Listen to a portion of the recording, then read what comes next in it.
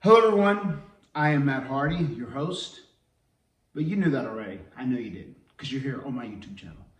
And I'm very excited to be bringing back a series to my YouTube channel that I haven't done in nearly 4 years. 4 years. It is Thoughts from the Throne. And this is Thoughts from the Throne number 23. It's a fun series. First and foremost, today, I want to talk about the Final Deletion. Because over the last couple of weeks, the Final Deletion has been in the news. And you ask why? The reason it was in the news is because Impact Wrestling and their fans voted the Final Deletion their match of the decade. Wow. That's truly a huge honor. I mean, I'm blown away, I'm humbled, and I really am truly honored. That is so amazing. To everyone who voted, everyone who enjoyed the Final Deletion, we had no idea it was going to catch on and be as big as it ended up being. To everyone who voted for it and to everyone who supported it, thank you. I honestly am eternally grateful for that. But it was very cool that the Final Deletion won because there were some really bad kick-ass matches in Impact Wrestling over the last 10 years. I mean, there's so many matches that takes place in a company over the course of 10 years. I mean, I really am honored. I mean, I felt like we did some groundbreaking when we created the Final Deletion. A little bit of the backstory behind it, it was such a small crew. You think like the Final Deletion was like this big crew. We were really learning on the fly. We had no idea what was going on. From a production standpoint, we had the mastermind, JB, Jeremy Borash. We had Jimmy Long, Paradise. We had Tony Lucasio, and we had Ben Cole. Unreal. That was the production crew. That was really the production crew. And then obviously the performers. And I helped kind of write the thing and produce the thing with these guys who were going along. It was definitely a combined effort. But myself, my brother, Jeff Hardy, Brother Nero, Queen Rebecca, Senior Benjamin, King Maxwell, Kevin Keenan was part of it. And if I'm not mistaken, that was everybody. Yeah, that was everybody. That was everyone who played a part in this deal. I mean, that list that I just gave you, that was everyone that was involved, and they either was in producing or filming or doing sound or helping put sets together or, coordinating the stunts or actually performing. I mean, really, it was nonstop. And we did this thing pretty quick in the big scheme of things. We started about 3 p.m. The first shot that we did was the actual first shot that you see in the Final Deletion, which was Maxwell's birthday party, which was in the Dome of Deletion. That was the very first thing we shot that day.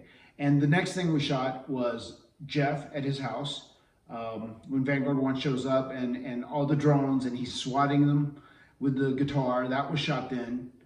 The next thing we shot was actually when I was at the battlefield with Senior Benjamin, and he was digging, and you can see it starting to become dusk. It's almost nighttime. That was the next thing we shot in sequence. And then once it got fully dark, we brought the referee in, we started the match, and from when we started the match, when it first got dark, we fought all throughout the night, and we were racing by the time the sun was getting ready to come up, like at 6 a.m., 6:30 a.m., whatever it was. We fought all throughout the night. We shot it all. We came back to our respective houses, slept for a couple hours. We got up, and the very last shot that we shot was the lawnmower scene.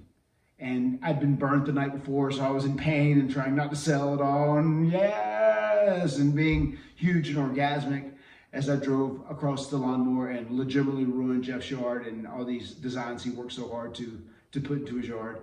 So that was the final thing we shot. And we did everything, if I'm not mistaken, it was about 19 hours from start to finish. And it was, almost 20 minutes worth of content. And it was pretty fast moving.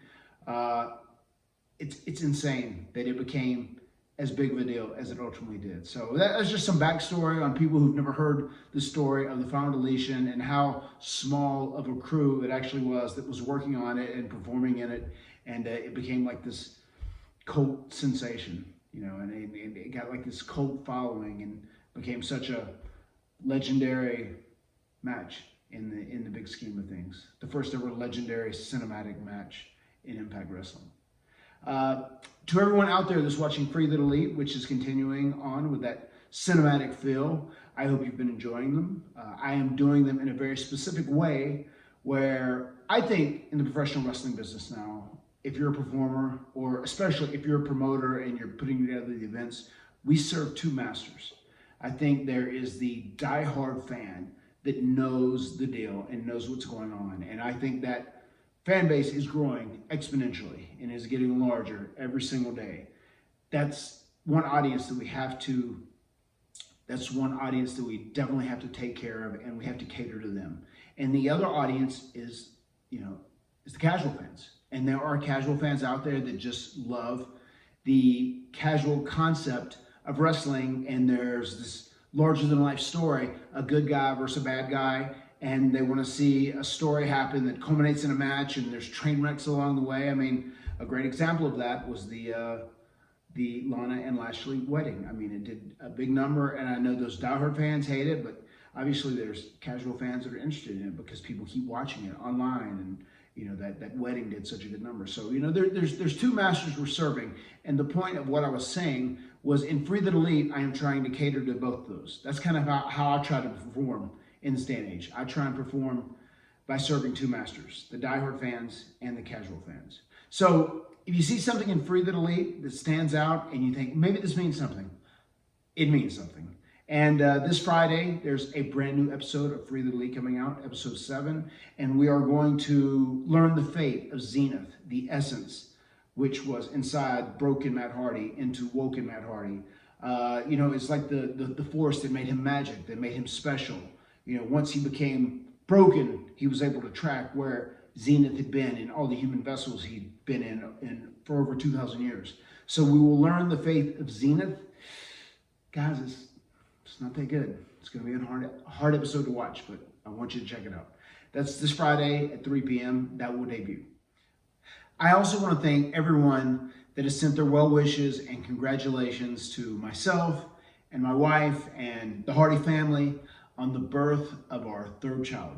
Our third boy. That's right. Team Boy has 4 members now, including me. That's right. We're going to run the Hardy compound. Anyway, I want to thank you all for congratulating me on the birth of my son, Bartholomew Bartie Kit Hardy. Bartie Hardy, he likes to party. He says, who sleeps? Nobody.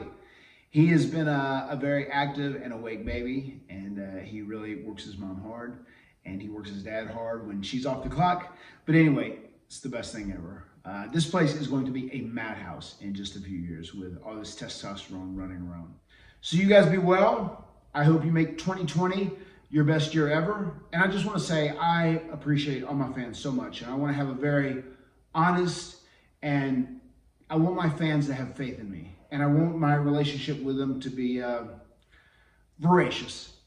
That's a word I just decided to use. I want them to feel like I'm telling them the truth and I'm being honest with them, because I am.